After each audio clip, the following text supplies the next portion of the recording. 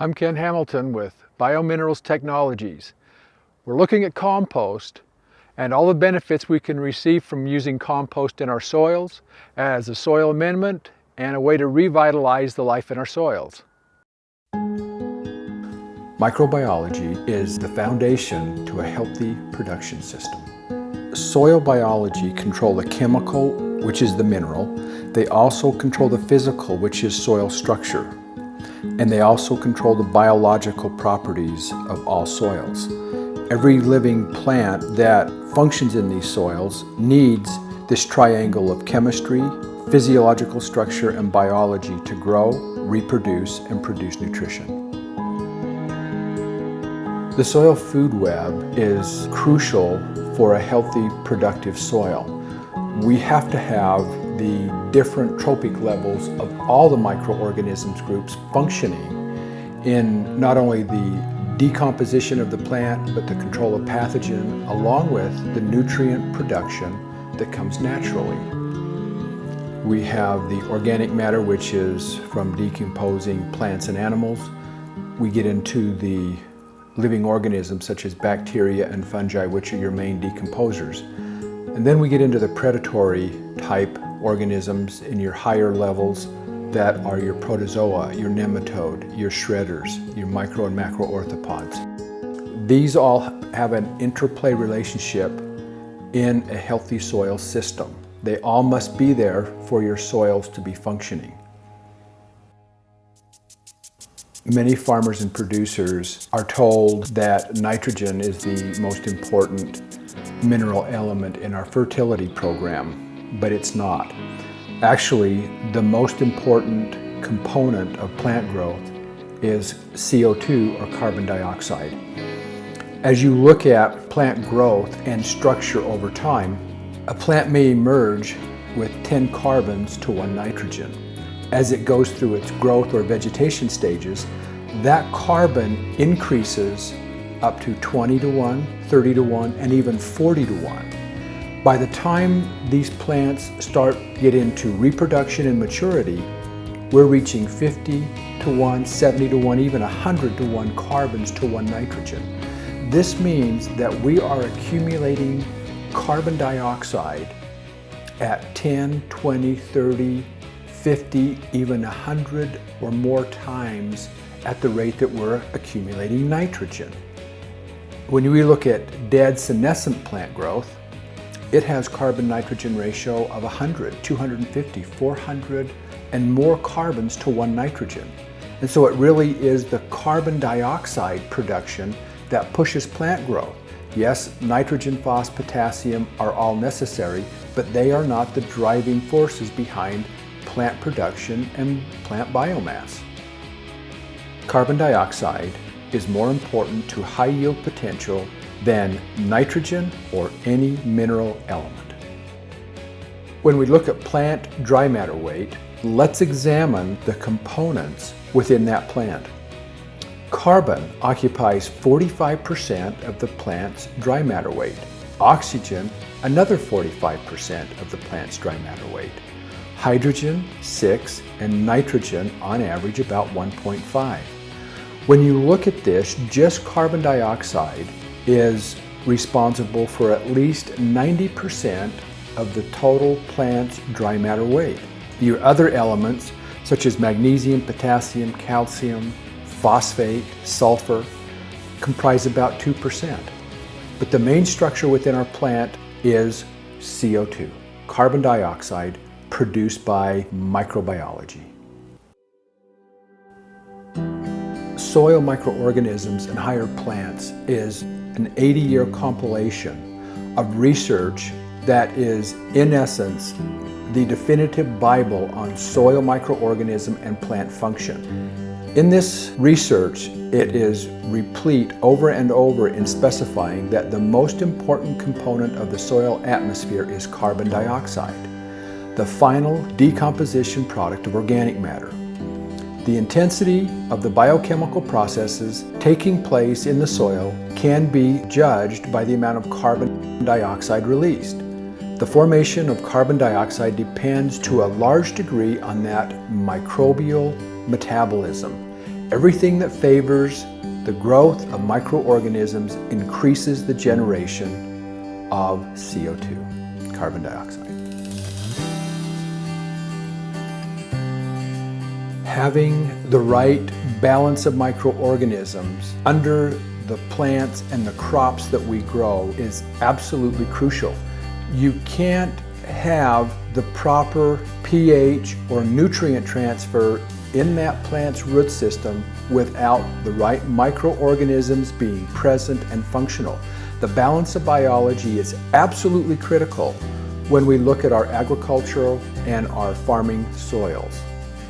Proper plant growth requires the appropriate balance of bacteria and fungi as per the species or cultivar of that plant.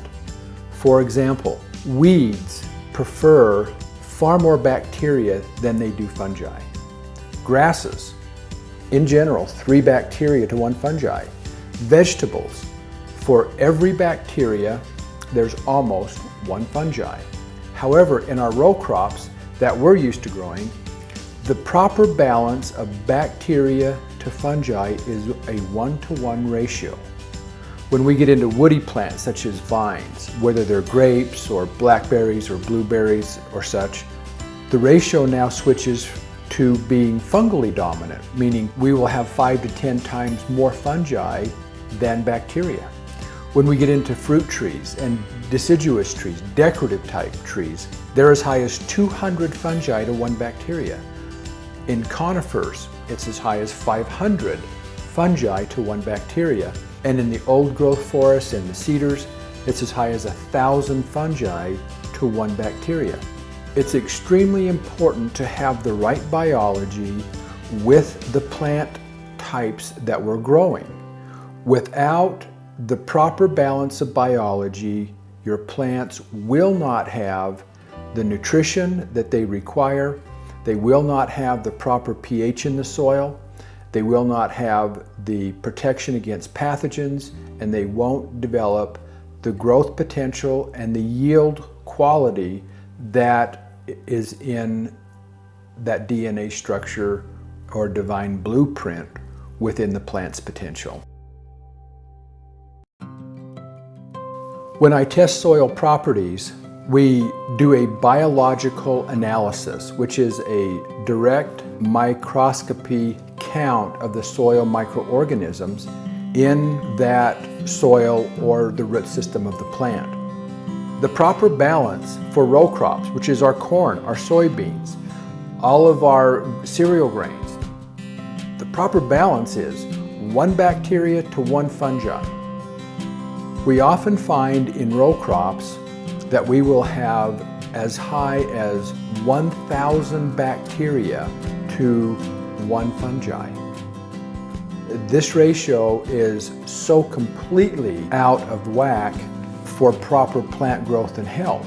The chemicals and the methods of farming that we typically use are very detrimental to the fungi.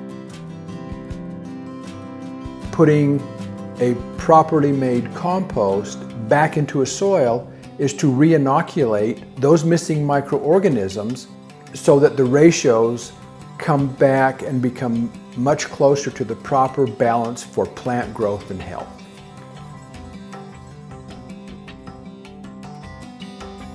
The carbon to nitrogen ratio of soil microorganisms holds the key to nutrient cycling for plant nutrition.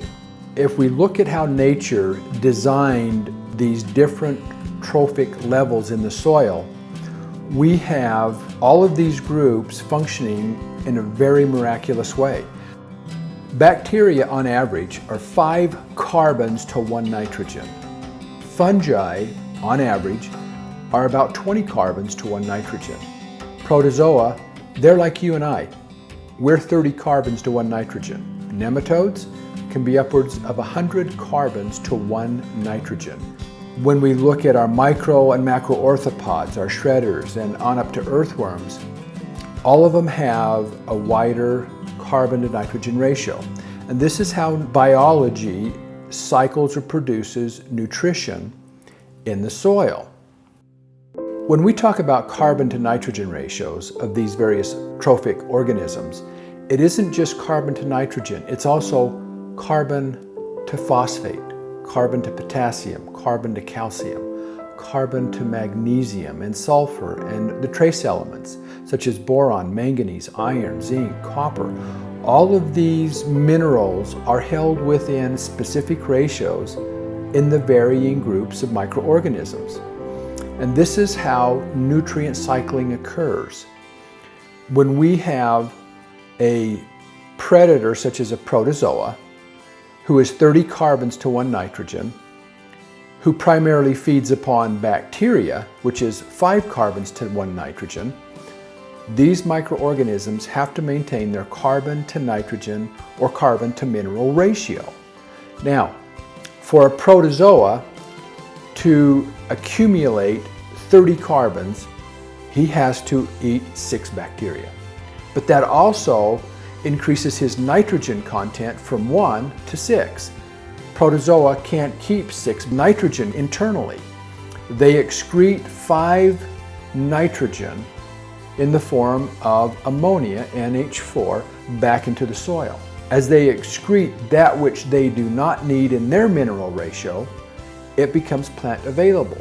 So as protozoa consume bacteria, nitrogen, phosphorus, potassium, calcium, sulfur, magnesium, and trace minerals are all being made available through the process of the predator-prey relationship.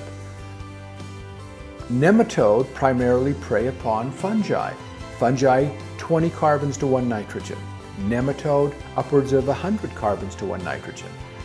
Nematode are going to have to consume 5 fungi to maintain their carbon-nitrogen ratio of 100. They have then increased their nitrogen ratio to 5. They can retain only 1, and so 4 nitrogen are excreted into the soil as NH4 or ammonia. This occurs up and down the entire soil food web trophic chain of microorganisms. One organism is eaten by another, and another, and another, and another. We understand this principle very well in the ocean. Big fish eat little fish. And there is no difference in soil structure. It's the same concept, except what we are doing is we're releasing minerals in an organic form and a restructured form for plant nutrition. When you learn to reproduce your fertility instead of buying it, your profit potential increases exponentially. As farmers or producers, we're conditioned to buy our nutrition or our mineral fertilizers from suppliers. However, in a functional biology system, nature provides a way for all of those minerals to be made available in a plant-available form through the cycling of microorganisms through the predator-prey interaction in our soils. That process costs a fraction of refined chemical fertility. Plants with the proper nutrition have a genetic potential to produce yields far beyond what we're seeing with conventional fertilizers.